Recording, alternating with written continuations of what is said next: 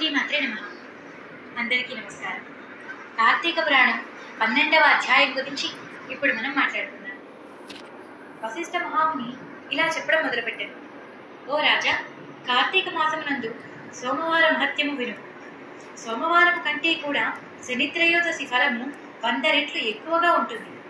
అయితే శనిత్రయోదశి కంటే కార్తీక పౌర్ణమి ఫలము 1000 రెట్లు ఎక్కువగా ఉంటుంది. కార్తీక పౌర్ణమి కంటే కార్తీక పాడ్యమి 1,00,000 రెట్లు ఎక్కువ ఫలితాన్ని ప్రసాదిస్తుంది. కార్తీక పాడ్యమి కంటే ఏకాదశి ఫలితము అనంతమైనది. ఏకాదశి ఫలితము కంటే కూడా కార్తీక ద్వాదశి ఫలితము లెక్కలేనంతది. ఇది కాకముందు కార్తీక ఏకాదశి గురించి అనంత మహిమ చెప్పబడినది. అంబరీషుని చరిత్ర కూడా కార్తీక ఏకాదశికి సంబంధించినది. స్వార్థముచనైనా సరే, కోరికలతోనైనా సరే ఏకాదశి నాడు ఉపవాసము చేసి పురాణ శ్రవణం చేసి జాగారం చేసిన వాడు అన్ని పాపముల నుండి విముక్తి పొంది విష్ణులోకాన శాశ్వత సాన్నిధ్యాన్ని పొందుతాడు. కార్తీక మాసమందు ఏకాదశి నాడు ఉపవాసము చేసి ద్వాదశి నాడు బ్రాహ్మణులతో కూడా పారాయణ చేసిన వాడు అంతిమున మోక్షాన్ని పొందుతాడు. కార్తీక మాసమునందు ద్వాదశి నాడు అన్నదానం చేసేవారికి సమస్త పాపాలు తొలగిపోతాయి. సూర్యగ్రహణము తీరగానే గంగానదీ తీరములో 1,000,000 బ్రాహ్మణులకు భోజనం పెట్టిన పుణ్యము ఒక్క ద్వాదశి రోజున ఒక బ్రాహ్మణుడికి అన్నం పెడితే లభిస్తుంది. 1000 గ్రహణాలను 1,00,000 అమావాస్యలను కలిపిన ద్వాదశి ఫలితానికి 16వ వంతు కూడా చాలదు. పుణ్యములనిచ్చే తిథులు చాలా ఉన్నవి, కానీ శ్రీహరికి ప్రియమైనవి అన్నిటికంటే అధిక ఫలాన్ని ఇచ్చేది ఈ క్షీరాబ్ది ద్వాదశి. ద్వాదశి శ్రీహరికి ఎంతో ప్రీతిపాత్రమైనది. కార్తీక శుద్ధ ద్వాదశి నాడు అనగా ఏకాదశి రోజు రాత్రి సమయంలో హరి పాలసముద్రం నుంచి నిద్ర లేచి వస్తారు. ఆ ద్వాదశిని హరిబోధిని అని అంటారు. ఆ ద్వాదశి నాడు ఒక బ్రాహ్మణునికైనా అన్నదానం చేసిన వాడు అన్ని భోగాలను భూమి మీద అనుభవించి శ్రీహరి సన్నిధిని చేరుకుంటారు. కార్తీక ద్వాదశి రోజు పెరుగన్నమును దానముగా ఇచ్చిన వారు సమస్త ధర్మాల కంటే అధిక ఫలాన్ని పొందుతారు. స్త్రీ కానీ పురుషులు కానీ కార్తీక శుక్ల ద్వాదశి నాడు పాలిచ్చే ఆవునకు బంగారపు కొమ్ములు వెండి డెక్కలను చేయించి పూజలు చేసి దూడతో సహా దానము ఇస్తే ఆ గోవు ఎన్ని వేల వెంట్రుకలు కలిగి ఉన్నదో అన్ని వేల ఏళ్లు స్వర్గములో ఆనందిస్తారు. కార్తీక మాసమునందు ద్వాదశి నాడు భక్తితో వస్త్రదానములు చేస్తే పూర్వజన్మలోనున్న పాపములైన అన్నీ నశించిపోయి వైకుంఠములకు చేరతారు. కార్తీక మాసములో ద్వాదశి రోజు కానీ పౌర్ణమి రోజు కానీ పాడ్యమి రోజు కానీ ఒక కంచు దీపములు చేయించి దానిలో ఆవు నెయ్యిని ఉంచి వెలిగించి దాన్ని దానము ఇచ్చిన వారి 1,000,000 జన్మలలో చేసిన పాపములైనా అన్నీ నశించిపోతాయి. కార్తీక ద్వాదశి నాడు పళ్ళని కానీ జంఝాలను కానీ తాంబూలాలను కానీ దక్షిణలైనా సరే ఇచ్చినవాడు భూమి మీద అనేక భోగాలను భాగ్యాలను అన్నిటినీ అనుభవించి ఆఖరిలో వైకుంఠములో విష్ణు సాన్నిధ్యాన్ని చిరకాలము పొందుతాడు. కార్తీక ద్వాదశి నాడు బంగారపు తులసి చెట్టును సాలగ్రామాలను దానం చేసిన వాడు పొందే ఫలితం చెబుతాను వినుము. కార్తీక ద్వాదశి నాడు 4 సముద్రాల మధ్యనున్న భూమిని దానమిచ్చినంత ఫలితములు పొందుతాడు. ఈ విషయంలో ఒక కథ చెబుతాను వినుము. విన్నవారి సమస్త పాపాలను తొలగిపోతాయి. గోదావరి తీరములో దురాచారుడైన ఒక కోమటి ఉన్నాడు. అతడు ఎప్పుడైనా దానమే ఎరుగనివాడు. తాను అనుభవించడు, పక్కవారికి ఇవ్వడు. ఎప్పుడు పక్కవారిని దూషిస్తూ ఇతరుల ధనాలపై ఆశలు పెట్టుకుని బ్రతికేవాడు. ఆ కోమటి ఒక బ్రాహ్మణునకు చాలా ధనాన్ని అప్పుగా ఇచ్చి అది తిరిగి తీసుకోవాలన్న ఆలోచనతో ఆయన ఇంటికి తిరిగి వెళ్ళాడు. ఆ గ్రామమునకు వెళ్ళగా ఆ బ్రాహ్మణుడు వేరే గ్రామంలో ఉన్నాడని తెలుసుకొని ఆ కోమటి అక్కడికి వెళ్ళి, బ్రాహ్మణుడా, నా సొమ్ము నాకిమ్ము అని అడిగాడు. బ్రాహ్మణుడు ఆ మాటలు విని, ఓయి, ఈ నెల ఆఖరులో నీ సొమ్ముని నీకు చెల్లిస్తాను, కాబట్టి కొంచెం ఓపిక పట్టమని చెప్పాడు. రుణమును తీసుకొని తిరిగి ఇవ్వని వాడు నరకంలో పడతాడు, కాబట్టి నేను నీ సొమ్ముని నీకు తిరిగి ఇస్తాను అని బ్రాహ్మణుడు చెప్పగా ఈ మాటలు విన్న వైశ్యుడు చాలా కోపముతో కళ్ళు ఎర్రచేసి, ఓరి మూర్ఖుడా, నా సొమ్ము నాకిప్పుడే ఇవ్వు, లేకపోతే ఈ కత్తితో నిన్ను నరుకుతాను అని చాలా ఆవేశంతో ముందుకు వచ్చాడు. ఆ దుర్మార్గుడైన ఆ వైశ్యుడు దుర్బుద్ధితో ఆ సద్బ్రాహ్మణుని జుట్టు పట్టుకుని కిందకి లాగి పాపపు బుద్ధి గలవాడై తన కాలితో ఆ బ్రాహ్మణుణ్ణి తన్ని తన తలపైన ఆ కత్తితో కొట్టాడు. ఆ కత్తి దెబ్బ వలన ఆ బ్రాహ్మణుడు అక్కడికక్కడే మరణించాడు. తరువాత కోమటివాడు రాజుకి తెలిస్తే దండిస్తాడన్న భయంతో అక్కడి నుండి పరిగెత్తి తన ఇంటికి వెళ్ళి కనీసం బ్రాహ్మణుణ్ణి చంపాను అన్న బాధ కూడా లేకుండా తిరిగి ఇంటికి వెళ్ళి ఎంతో సంతోషంగా గడిపాడు. అలా కొంతకాలము తర్వాత అతడు చనిపోయాడు.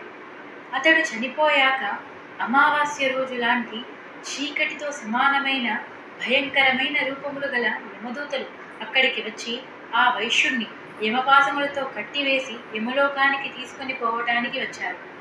యమలోకంలో భయంకరంగా రవరవాది నరకమును అతని చేత పెడుతున్నారు.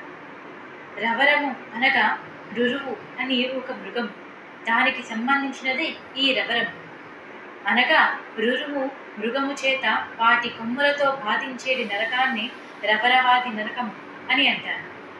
ఆ వైశ్యుడి కొడుకు ధర్మవీరుడు అనువాడు తండ్రి చనిపోయిన తరువాత తన తండ్రి సంపాదించిన ధనమంతా నూతులు తప్పించడానికి తోటలు వేయించి, చెరువులు త్రవ్వించి, చిన్న చిన్న నదులకు వంతెనలు కట్టించి, ఉపనయనము వివాహము చేయించడానికి, యజ్ఞములు చేయించడానికి నిత్యము బ్రాహ్మణులకు ధనము ఇస్తూ, అన్నదానం చేయిస్తూ, అన్ని జాతుల వారికి ఆకలి కలిగిన ప్రతి ఒక్కరికి అన్నం పెడుతూ నిత్యము ధర్మమైన పనులే చేస్తూ ఉండేవారు.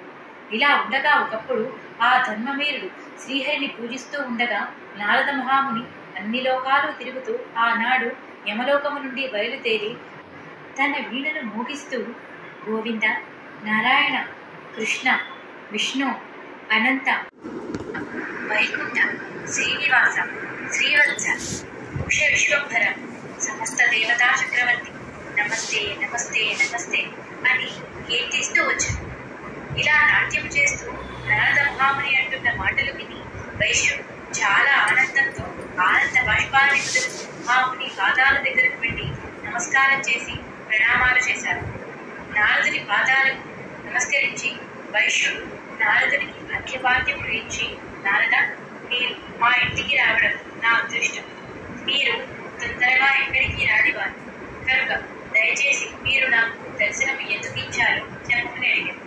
నేను మీ సేవకుడు, మీరు ఏమి చెప్పినా చేస్తాను, చెప్పమని అడిగారు. వైశ్యుడు ఇలా అడగగా నారద మహాముని చిరునవ్వుతో కూడిన వాడై ఇలా అడిగారు, ధర్మవీర, నా మాటలు జాగ్రత్తగా కార్తీక ద్వాదశి విష్ణుమూర్తికి చాలా ఇష్టమైన రోజు కాబట్టి ఈ రోజున చేసిన స్నానము గాని దానము గాని అనంత ఫలితాన్ని ప్రసాదిస్తుంది. సూర్యుడు తులారాశిలో ఉండగా కార్తీక మాసమునందు ద్వాదశి నాడు ధనికుడు గాని, పేదవాడు గాని, బ్రాహ్మణుడు గాని, క్షత్రియుడు గాని, వైశ్యుడు గాని, శూద్రుడు గాని, స్త్రీ గాని, పురుషుడు గాని సాలగ్రామం దానం చేస్తే జన్మ జన్మల నుండి చేసిన పాపాలు అన్నీ కూడా తొలగిపోతారు. ధర్మవీర, విను, నీ తండ్రి చనిపోయి యమలోకమునందు చాలా బాధలు పడుతున్నాడు. అతనికి పాప విమోచనం జరగాలి అంటే కార్తీక ద్వాదశి నాడు నువ్వు వెంటనే సాలగ్రామ దానము చేయి అని చెప్పాను. నారద మహాముని చెప్పిన మాటలు విని వైశ్యుడిలా, మునీంద్ర, గోదానము గాని, భూదానము గాని, బంగారము దానము గాని చేస్తే ముక్తి లభిస్తుంది. కానీ శిలదానం చేస్తే ముక్తి ఎలా లభిస్తుంది? శిలదానం చేయటం ఎందుకు? అది భోజనము కాదు, తినేది కాదు. కాబట్టి నేను ఒక రాతిని నీచుడిలాగా ఎలా దానం ఇస్తాను? ఒక మూర్ఖుడిలాగా ఎవరికి పనికిరాని వస్తువుని ఎలా దానం చేస్తాను? కనుక నేను దానిని దానమివ్వను అని తేల్చి చెప్పాను. నారద మహర్షి ఎంతగా వాదించినా ఆయన మాట వైశ్యుడు వినలేదు.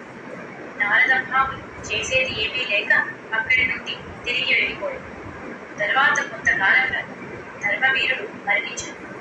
మహాత్ముల మాటలు వెడచెవున పెట్టడం వలన, సాలగ్రామము దానం ఇవ్వకపోవడం వలన తరువాత 3 జన్మలు కోతిగా పుట్టి, తరువాత 5 జన్మలు ఎత్తుగా పుట్టి, ఆ తర్వాత 10 జన్మలు స్త్రీగా పుట్టి, ప్రతి జన్మలోనూ వైధవ్యం పొందవలసి వచ్చింది. ఇలా 10 జన్మలు గడిచిన తరువాత 11వ యాచకుడి కుమార్తెగా పుట్టినది. తర్వాత కొంతకాలంలో యవ్వనం రాగానే తండ్రి తనకి తగిన వరుణ్ణి ఇచ్చి వివాహం చేసింది. కానీ పూర్వజన్మ పాపం వలన ఆ వరుడు కూడా మరణించాడు. ఈ విషయం తెలుసుకున్న బంధువులందరూ ఆమె ఇంత చిన్న వయసులో వైధవ్యములకు గురైనందుకు ఎంతగానో బాధపడ్డారు. కుమార్తె యొక్క పాపపుణ్యాలు పూర్వజన్మము గురించి పూర్తిగా తెలుసుకున్నారు. ఇలా తెలుసుకున్న తర్వాత ఆ పాపం అంతా పోగొట్టుకొనడానికి సాలగ్రామ దానం కార్తీక సోమవారం నందు వేదాంగ పారంగతుడైన ఒక బ్రాహ్మణుడికి దానం ఇచ్చారు. ఆ సాలగ్రామ శిలను దానం ఇవ్వటం వలన కూతురి భర్త తిరిగి మళ్లీ జీవించారు. తర్వాత ఆ దంపతులిద్దరూ సుఖంగా చిరకాలం ఉండి స్వర్గానికి పోయి అందు చాలా కాలం ఆనందించిన తరువాత మళ్లీ తిరిగి భూమి మీద బ్రాహ్మణుడిగా జన్మించి పూర్వ పుణ్యం వలన వారు ఎంతో ఆనందంగా జీవించారు. ప్రతి సంవత్సరం కార్తీక సోమవారం రోజు సాలగ్రామ శిలాదానాన్ని ఆచరించిన వారు ఆ పుణ్యంతో మోక్షాన్ని పొందుతారు. రవరవాది నరకం నుండి వారి తండ్రి విముక్తి పొంది ముక్తుడయ్యాడు. కాబట్టి జనక మహారాజా కార్తీక మాసంలో సాలగ్రామం దానం చేస్తే శ్రీహరి సంతోషిస్తాడు. ఇందులో ఏమాత్రమూ సందేహం. పాపకర్మలు కోటి జన్మలైనను అది ఏకాదశి ఉపవాసము ద్వాదశి రోజున సాలగ్రామం దానం చేయటం వలన అన్నీ పోగొట్టుకోవచ్చు. కార్తీక మాసంలో సాలగ్రామం దానం చేయడం వలన అన్ని పాపాలు నశించిపోతాయి. ఇదే ముఖ్యమైన ప్రాయశ్చిత్తం. ఇంతకంటే వేరే ప్రాయశ్చిత్తం లేదు అనడంలో సందేహమే లేదు అని వశిష్ఠ మహాముని జనక మహారాజుకు చెప్పారు. కార్తీక పురాణం 12వ అధ్యాయం సమాప్తం. 13వ అధ్యాయంతో మళ్ళీ కలుసుకుందాం. నేను చెప్పిన తీరు మీకు నచ్చినట్టయితే ఒక లైక్ చేయండి. కొత్తగా మన ఛానల్ని చూస్తున్న వారైతే సబ్స్క్రైబ్ చేసుకోండి. పక్కనే ఉన్న బెల్ సింబల్ని ఆన్ చేసుకోవడం మర్చిపోకండి.